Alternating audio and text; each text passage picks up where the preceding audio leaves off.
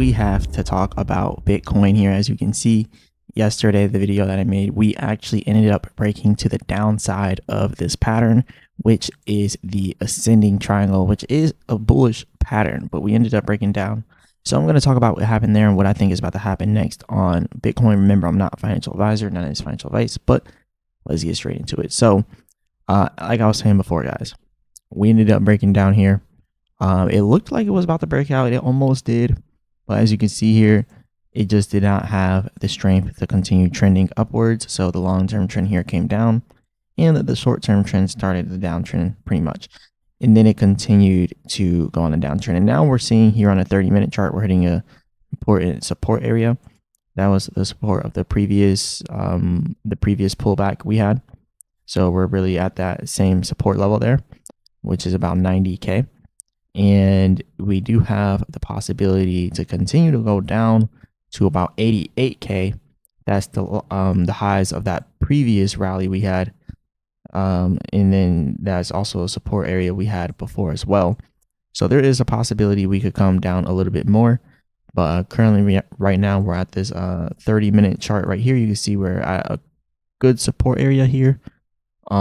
But me personally, I think it might come down a little more to 88K. Now, we also have this is the hourly chart with the percent R trend exhaustion.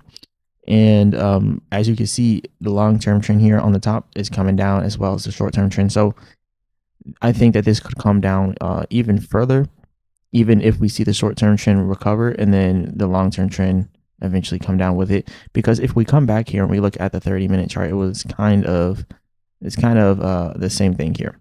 Kind of the same thing that happened before here. We've seen that the short-term trend pretty much dumped and then it came back up and then it continued to dump as the long-term trend started to dump with it. So that's kind of why I'm looking at this like maybe it could be, the same thing inside of the making here on the longer time frame. So it's just a little theory of mine, but I mean, if it happens, we could see a bounce up to 92K and then another drop to 88K. Or we could just end up taking off from there. So we got to see which one's going to happen. So that's pretty much what I'm waiting for here when it comes to Bitcoin. Also on the 4-hour chart, pretty much overbought here all the way up there at the top. So that's pretty overbought. And either we could get a recovery from here or rejection from here. Nobody really knows what's going to happen right here. But one of those could end up happening. So even if we get a recovery, it's not going to be like a huge pump, right? It's just going to prolong the inevitable, right? It's going to prolong the drop. So that's what could happen there if we have another pump. It just prolongs the pullback and then see if it pumps from there, right? That's really all we can do right now. The fear greed index is at 25, which is fear. Pretty much we're no longer at the extreme fear. So we still have the potential to continue to move up here inside of the market.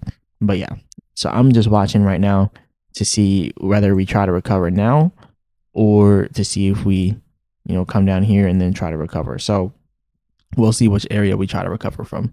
So the only concern of trying to recover now, if we get rejected, then we come down a whole nother level down to 88K.